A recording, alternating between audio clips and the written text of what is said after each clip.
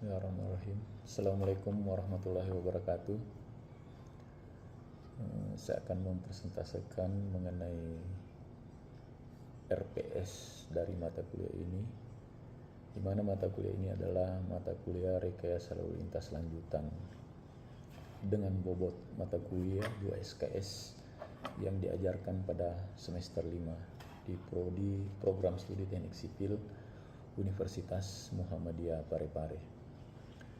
Nah, saya akan menjelaskan mengenai mata kuliah ini, bahwa ini mata kuliah berkelanjutan dari dasar-dasar dari mata kuliah rekayasa lalu lintas sebelumnya yang berfokus pada perencanaan dan evaluasi fasilitas pada fasilitas transportasi. Nah, pokok bahasan meliputi analisis simpang bersinyal dan terkoordinasi, di mana dalam hal ini ada perencanaan ATC atau Area Traffic Control System dan kinerja bundaran atau roundboat dan dinamika gelombang kejut atau shock walls, hingga analisis teori antar antrian lalu lintas. Nah, dalam hal rekayasa lalu lintas lanjutan ini merupakan mata kuliah yang bagaimana melihat kapasitas dan kinerja hambatan samping dari sebuah persimpangan.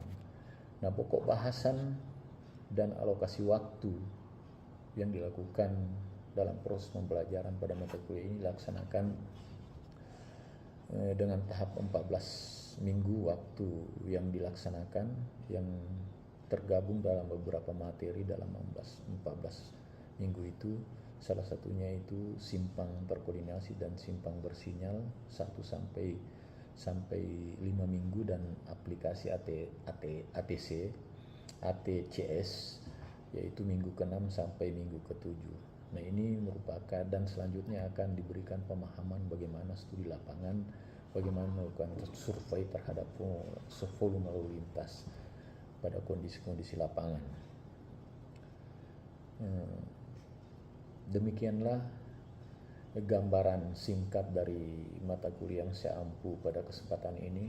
Selanjutnya saya akan menyampaikan salah satu proses pembelajaran yang saya lakukan dari salah satu materi yang ada di dalam RPS. Demikian dan terima kasih. Diperbaikan ada kilang, apa kilang? Depo.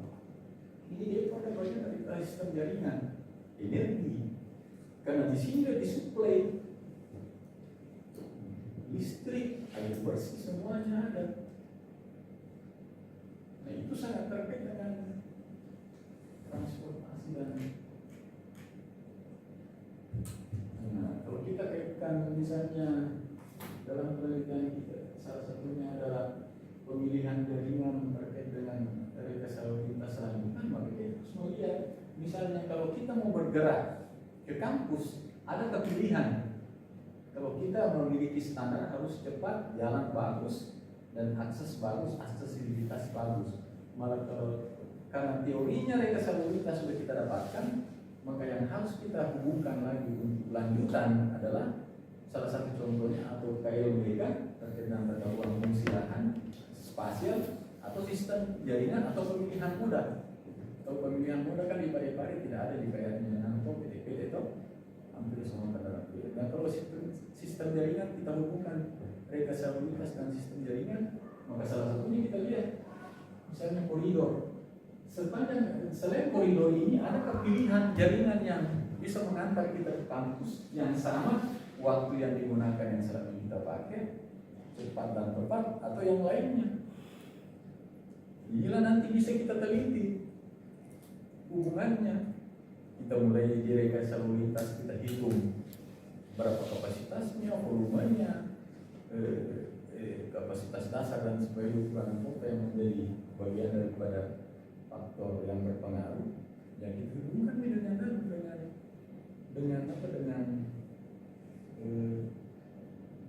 itu tadi pemilihan jaringan. Setelah dari rekayasa dalam pengukuran kinerja jalan, ada pilihan-pilihan berdasarkan sesuai dengan harapan. Itu tugas kita. Itulah kalau mau jadi skripsi, itulah yang kita mau teliti. Jadi itu mata kuliah saling terkait, tidak ada yang terpisah. Itulah saya bilang tadi. Formasi tata ruang, rekayasa lalu lintas tanah andal alin, sistem transportasi lanjutan, sampai kita misalnya sistem transportasi lanjutan kita integrasikan dengan sistem big data online yang real time, itu bisa sampai ke situ. Tapi kan kita tidak punya sumber daya. Kayak seperti big datanya, siapa yang bisa akses big datanya? Google itu memberikan navigasi seperti itu, memberikan warna bahwa di situ merah artinya macet, rupanya macet betul. Siapa punya big data itu? Di mana bisa dikorek datanya itu? Karena itu berdasarkan data. Nah, datanya itu sejauh mana online itu HP-mu, ada nomormu, bisa terdeteksi satelit. Ini kan sistem jaringan ini terkoneksi dengan satelit. Jadi berapa banyak orang berbaris di situ yang merupakan fungsi jalan tapi tidak bergerak, itulah merah. Berapa banyak orang melambat di suatu jaringan, berapa banyak nomor dan itulah membuatnya kuning. Tapi kalau cepat sesuai dengan standar kecepatan rencana sampai 40 km, 30 pas koneksi dia. Karena pergerakan kan real time Pak. Dulu kan karena tidak ada navigasi seperti ini. Nah, itulah sebenarnya kita di situ punya dasar ilmunya. Cuma kita tidak punya teknologinya. Teknologinya ya mungkin siapa namanya yang punya satelit dia bisa meneliti sampai ke situ. Ini ada apa? Nah bos, nanti kita teliti. Mas, ada pertanyaan sampai sini? Kan kalau di simpang ada dua biasa, simpang bersihnya sama yang dan jaringan Pak. Nah, apa itu syaratnya Pak? Kenapa biar bisa ada pendidikan jaringan saja? Ada yang harus memang simpang bersihnya apa ya? Contoh seperti bundaran HI itu bergabung dari semua rangkaian semua pola sistem pola rekayasa lalu lintas di situ. Itu bundaran HI sudah jalinan. Tapi di semua pintu-pintu keluar masuk ujung bundaran itu ada semua lampu merah itu. Hampir ada semua lampu merah itu. Kalau coba lihat di Google, berapa 7-8 persimpangan HI semua ada lampu merah, walaupun sebenarnya dari jalinan. Tapi kalau dibayangkan tata ruang, berapa tinggi sih gedung yang ada di situ? Berapa banyak kantor yang ada di situ dari penjuru kota Jakarta berkantor di situ? Di sekitaran. Makanya sudah ada jaringannya, sudah ada lampu merah. Lampu merahnya itu kita pelajari ada namanya fase dong. Fase 1, fase 2 dan seterusnya. Fase artinya bahwa ketika kita stop merah lewat hijau, dia stop merah kita jalan. Tapi kalau fase selanjutnya selain fase 2, fase 3 dan seterusnya, kita berhenti lampu merah, ditunggu lagi yang lain. Ada hijau di sini, ada hijau di sini, ada hijau di sini, baru kita hijau. Itu namanya fase dalam. Ini hampir dikali-kalikan 2 fase di semua. Nah paling untuk persimpangan di sana semua itu paling padat. Tapi di sini yang sudah kilo 2 ini sudah paling juga. Nah, sudah banyak di sini yang teliti di kilo 2.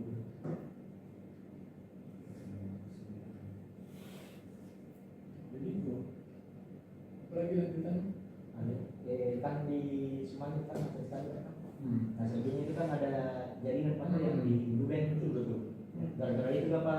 Atau misalnya kalau tidak ada tuh jaringan Pak, mesti tambah macet dia atau itu sebenarnya dari simpang bersihnya masuk ke jaringan itu kan memberikan ruang tanpa harus ada tundaan, tanpa harus ada antrian. Misalnya kalau ada yang mau ke Fatimah mau berputar atau mau masuk Misalnya itu kan kalau lampu merah ada antrian di daerah wali kota toh, dari mana dari Kabupaten turun. Kalau dia mau langsung masuk kan tidak bisa, jadi ada kesempatan antara satu kali mungkin kosong nih, toh baru masuk. Itu fungsinya. Jadi memberikan ruang akses untuk memberikan ruang orang lain untuk mengakses jaringan yang ada supaya tidak terjadi penumpukan volume kendaraan. Karena itu kan yang kita hindari kan penumpukan. Nah kalau makin hari makin padat di situ, otomatis di semua persimpangan yang masuk ke jalinan sebelum sampai lampu merah harusnya lagi ada lampu merahnya. Karena kita harus tahan, tidak boleh langsung semua masuk di situ. Bayangkan kalau di lampu merah Sumantri sudah antri sampai lewati jalinan itu tuh, yang turunan serapat itu akan lebih. Setidaknya rekayasa lalu lintas yang harus kita lakukan ya kita teliti untuk ini lampu merah di situ. Nah menelitinya itu di rekayasa lalu lintas. Nah kalau kita mau cari penyebabnya kenapa begitu, masuk ke rekayasa lalu lintas lanjutan. Kalau kita mau lebih dalam lagi kaji, mungkin ada bermasalah di perencanaan tata ruang. Seharusnya dalam tata ruang harus dirumuskan atau semua kendaraan yang masuk kota Parepare kasih lewat sana semua. Pernah terjadi kasih lewat di jalan-jalan lingkar. Karena mereka kan tidak ada konstribusinya di Parepare, hanya numpang lewat. Toh, itulah namanya pergerakan eksternal. Ini pergerakan eksternal buat kita dari kampus kemana-mana, pergi putar Parepare.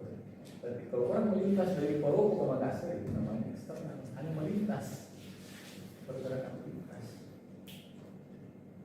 Itu sudah ada sinyalnya kemarin ini. Makanya dalam perencanaan sekarang itu pemerintah kayaknya berusaha itu sudah mau membuat naskah analisis nih bagaimana ada tol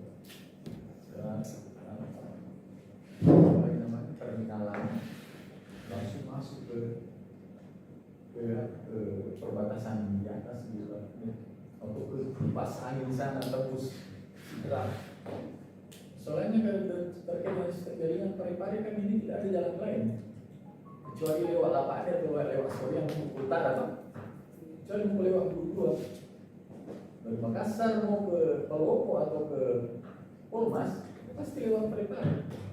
Tidak ada jalan di atas gunung. Tinggal jagung di sana. Ini belum ada pengembangan ini di Parepare. Mau ke Pindrang ini, mau ke Palopo ini, Sidrap. Tidak ada yang bisa diakses kecuali langsung ke jalur Bulu 2. PK itu orang baru PK. Tidak ada yang alternatif. Nah di sini bagaimana kita tahu bagaimana struktur geologi yang ada di sini. Ini yang bermasalah sampai sekarang. Rel kereta tak sampai di Parepare itu. Iya.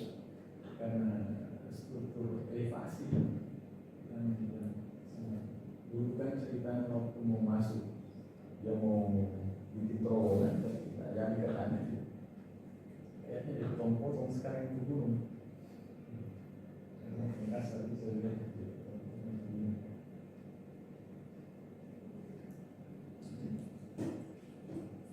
Oke, ada lagi?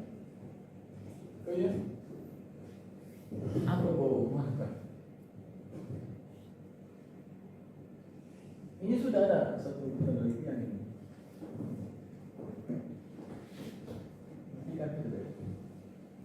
Matikan. Baiklah, setelah saya telah menyampaikan tadi mengenai pertama adalah penjabaran mata kuliah berdasarkan RPS dari mata kuliah rekayasa lalu lintas lanjutan, dan setelah tadi saya menyampaikan salah satu proses pembelajaran dari salah satu materi yang telah saya sampaikan. Nah, selanjutnya terakhir akan saya sampaikan mengenai sistem evaluasi yang kami lakukan selama ini. Pertama, UTS, ujian tengah semester itu kami memberikan bobot penilaian sampai 30%. Selanjutnya adalah tahapan berikutnya adalah tahapan pemberian tugas, survei, pemberian makalah, resume dan diskusi yang dilakukan baik di lapangan maupun di dalam kelas. Nah, ini kami berikan bobot sebesar 40%. Nah, ini persentase 40% ini tersebar dari minggu pertama sampai minggu ke-15 dari proses pembelajaran pada mata kuliah ini.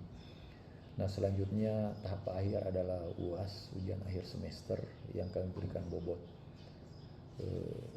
sebesar 30%. Sehingga semuanya mencapai 100% dari evaluasi pembelajaran yang kami lakukan di mata kuliah ini, rekayasa lalu lintas lanjutan, pada program studi teknik sipil Universitas Muhammadiyah Parepare. Demikianlah yang kami sampaikan, mudah-mudahan ada manfaatnya. Billahi fisabilillah. Assalamualaikum warahmatullahi wabarakatuh.